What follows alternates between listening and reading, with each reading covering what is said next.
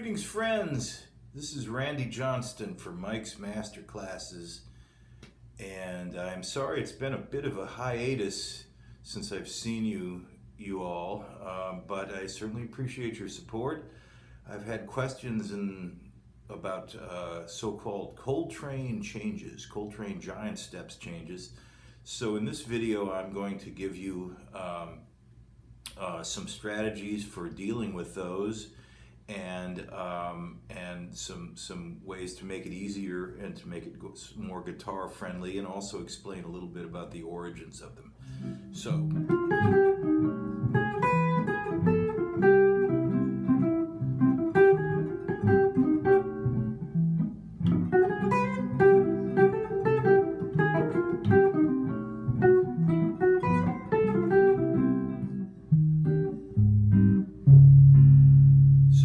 C major 7th, E flat major 7th, A flat major 7th, D flat major 7th to C.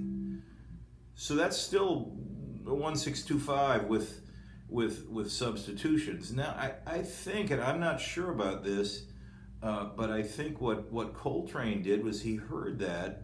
It's in a lot of Tad Dameron tunes, and Coltrane played with Tad. And I think what he did was he said, well, I like the C major 7th to the E flat 7th. That's cool sounding, to the A flat. That's really cool. So now my bass line pattern is kind of going up a minor third from C to E flat, and then a fourth up or fifth down, like a cycle, to A flat. So he said, well, geez, I like that third motion. I wonder if I could extend that and do it again. So that would be to this chord, to E flat, to A flat major 7th. Now to B 7th. Now, by the way, just a side note, if you don't know this voicing for B7th or B9, this is like a B9 or B7, any kind of, you can use this for any kind of B7th. I'm going to include that in the written materials along with what I'm just explaining, and also some licks to help you start to deal with this. But this is a really good one for Coltrane changes, because as you can see in a minute, it'll enable you to play through the whole thing and kind of stay in one position without, or not in one position, but across a couple of positions without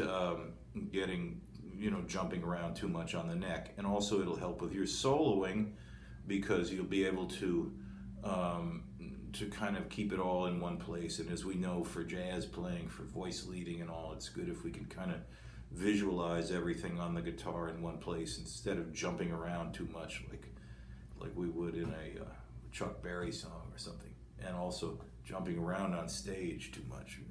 I'm going to cover a couple of them and give you some hints right here for doing that. The traditional way that Coltrane did this was and I've transcribed quite a few Coltrane solos and played them on my guitar, so I know this. I don't want to burst anybody's bubble, but there's lots and lots of repetition in his solos.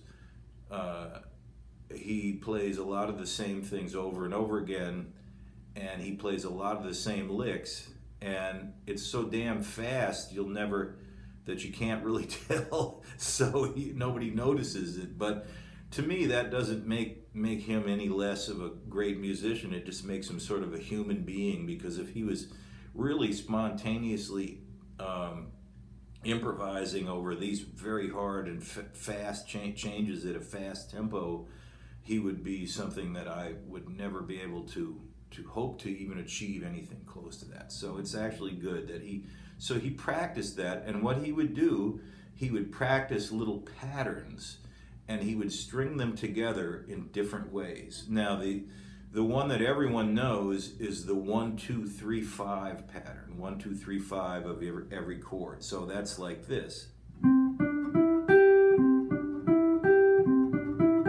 1, 2, 3, 5 on C. And so if I did that, I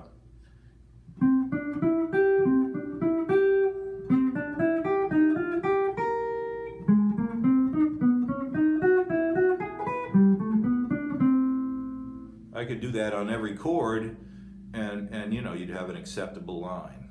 Now, there's a couple of other patterns he used, and another one is from on the dominant chord, like here, from the 9th.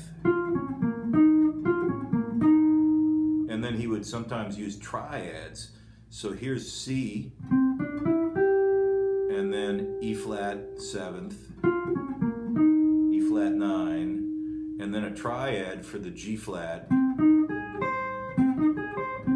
Just a major chord. There's very little, there's almost no altered tones on the dominant chords of any Coltrane solo on any of these giant step style tunes. It's all straight, because it has to be, because it would just further cloud an already very dense harmonic situation. So